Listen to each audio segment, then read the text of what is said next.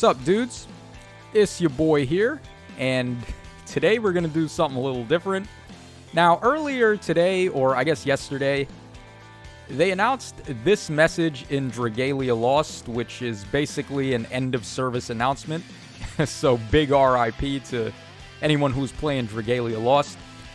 But what does this have to do with Fire Emblem Heroes? Well, first of all, Dragalia Lost was another Nintendo-made mobile game for gacha, using the gacha formula. So it's basically in the same boat as Fire Emblem Heroes, I guess we could say. Now, of course, Fire Emblem Heroes, to my knowledge, is more successful. So probably a ways off from us getting a notification like this, but I think it is still important for us to dissect what happened here and see if we can come to a conclusion about why this happened to this game and what could possibly happen to Faye later. So let's go ahead and make this a little bit bigger. Alright, regarding the future of Dragalia Lost, thank you for playing the Dragalia Lost game. This message serves to inform players about the future of the game. So, the Dragalia Lost main campaign is scheduled to reach its conclusion in July of 2022, which is quite close from now. Right now, it's March 23rd, where I live. So, July is only, 4 months away, basically. That's not much time. And it says here, with the Part 2 of Chapter 26, the final and climactic addition to its long-running story. After the main campaign has concluded, service for the game itself will come to a close at a later date. They don't really specify when that's going to be, but presumably it's not going to be too much longer after the end of when this story chapter is released in July. And further details on the end of service schedule will be provided in a future notification. So, I mean, this is scary. This could happen to any gacha game because nothing is going to last forever, right? These gacha games, they're all about making money. So if, for whatever reason, the game stops making enough money, the devs can just close it down, shut down the servers, and that's it. We're just left twiddling our thumbs, I guess. And all the money you put into it is gone. All your hard work grinding up units and clearing the story and missions and all that, it's all just gone. So this is a very big RIP. This is serious, man. My heart goes out to all the people that played Dragalia Lost. I'm not sure how many of you guys actually know this, but prior to me covering Fire Emblem Heroes on my channel, way back in 2017, there was another gacha game that I was playing called Hunter x Hunter Battle All-Stars. And if anyone out there is familiar with Hunter x Hunter, it's basically on hiatus all the time. So it's a pretty bad decision to invest in a gacha about Hunter x Hunter when they're really at a loss as far as new content is concerned in terms of what they can release. So with Hunter x Hunter being on hiatus constantly, they were running out of things to release in that game. And while I don't necessarily think money, how much money the game was making, would have been a problem if there was a steady flow of content, there just wasn't that steady flow of content. So that game ended up just biting the big one, unfortunately. That was my favorite gacha, by the way. So now let's go over here. We're going to take a look at this little article that I found here. It's basically a compilation of some of the top gacha games and how much money they make per month, as well as monthly downloads and the size of the subreddit, basically the size of the community.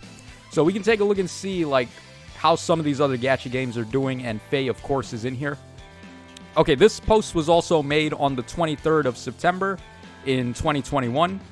So not that far away. It's only been a couple of months since then. September is the 9th month, so it's been about 6 months, give or take, since this list was compiled.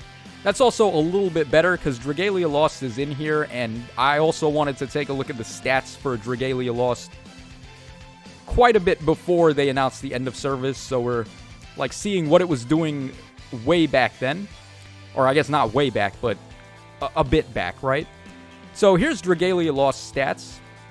We have a monthly revenue of 600k. In terms of gachas, that's pretty bad, honestly. When you're making 600k on a gacha, that's not enough to sustain the game. And I know that because I played other gachas, and I know the sweet spot they want to be in, which is around this range here. 3 million and up is enough for the game to sustain itself, basically. This is way below what you want to make. All right, they were getting a monthly download ratio of 16,000 players. That's not anything important, and some of those could even be re-rolled accounts trying to get the new units. So that's not very good. That's not healthy.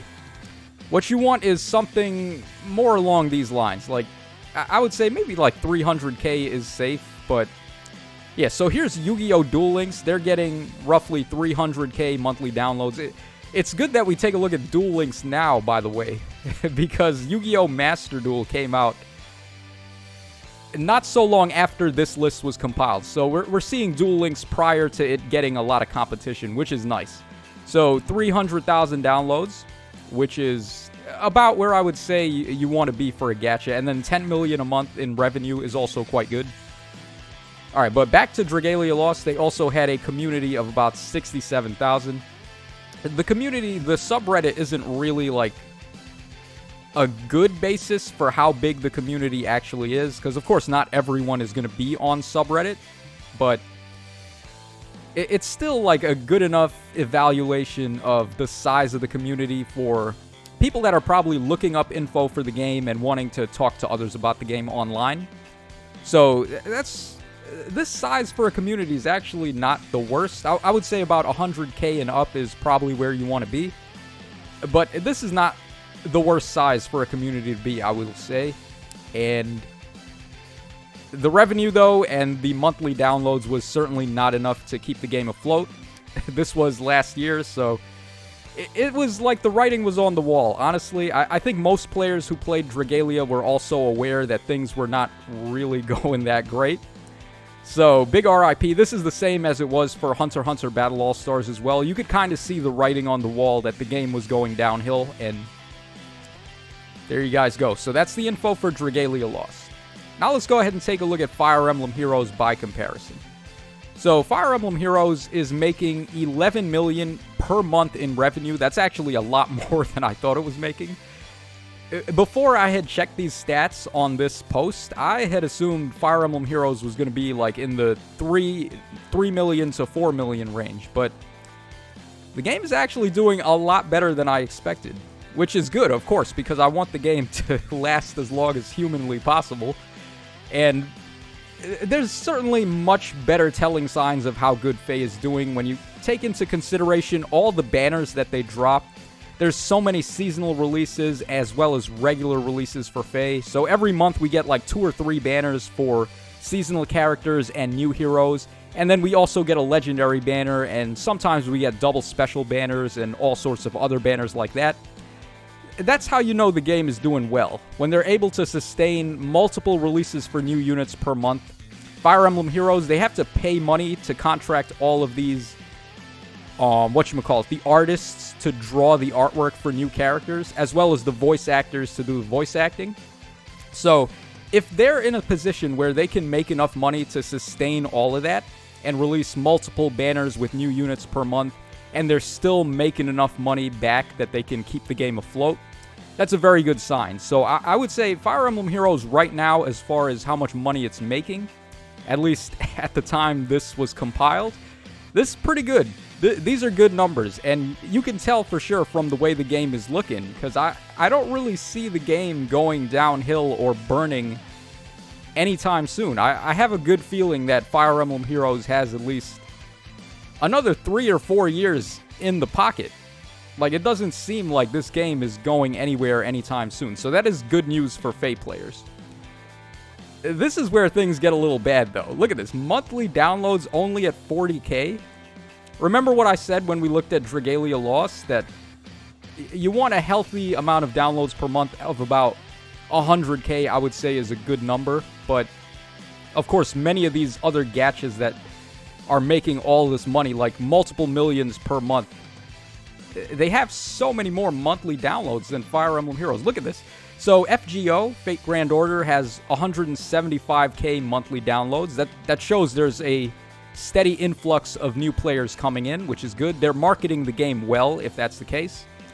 Genshin is a bit of an outlier. They have 4 million monthly downloads, but in that same vein, Genshin is also a relatively new gacha to the market. whereas FGO and Dokkan have been around for a while. So it's kind of crazy that this is getting 4 million downloads a month, but also if you think about it, it's not that crazy. This is actually crazy. Okay, so Dokkan. I don't know how many of you guys play Dokkan, but they literally just got hot off the heels of the 7-year anniversary. And to think, this game is 7 years old. It's older than FEH, by the way. Dokkan is older than FEH, and they're getting almost 1 million monthly downloads. 900,000 players are coming in brand new per month. That's ludicrous to me. That is just insane. Now, of course, mind you, a lot of this is probably re-rolled accounts and possibly even botted accounts. And another thing in Dokkan people like to do is just farm up like free-to-play accounts and then get all of the possible dragon stones in the story and then sell that account to other players so they can like have a fresh new account with a lot of stones to do summons. So a lot of that is probably all of those things combined, but it can't possibly make up more than like 50% of this number. So Dragon Ball Z Dokkan Battle is just killing it, man. This is an insane number for a game that's 7 years old. I'm genuinely shocked that it's making that much in monthly downloads. All right, we have Marvel Strike Force at 600k downloads. Summoner's War. Summoner's War? What in the world is that? That vaguely sounds like Fire Emblem Heroes, if I'm being honest. Hold up. What is Summoner's War? I gotta look this up, guys. Summoner's War. Oh, wait, what? Hold up. What?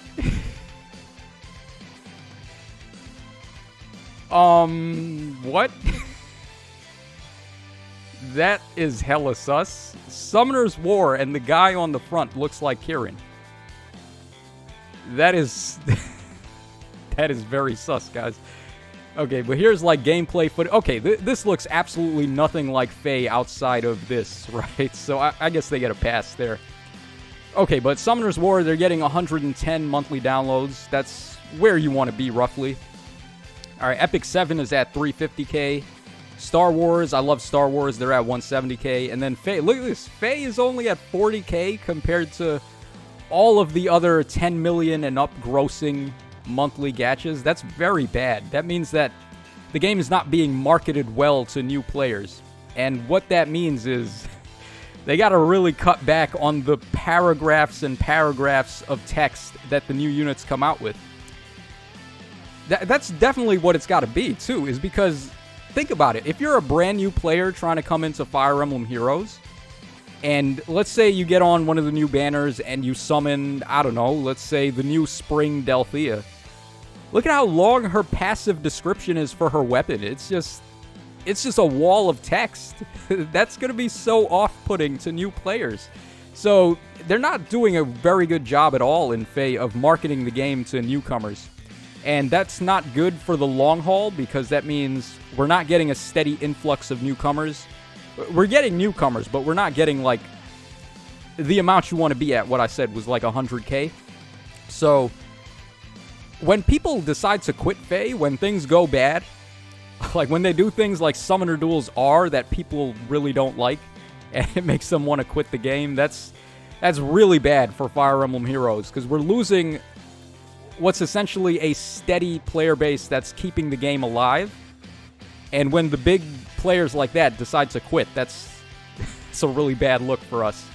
So they got to do something about FEH as far as marketing is concerned to reel in more players. I think streamlining the weapon effects and making the text more simplified is certainly one way to go about it.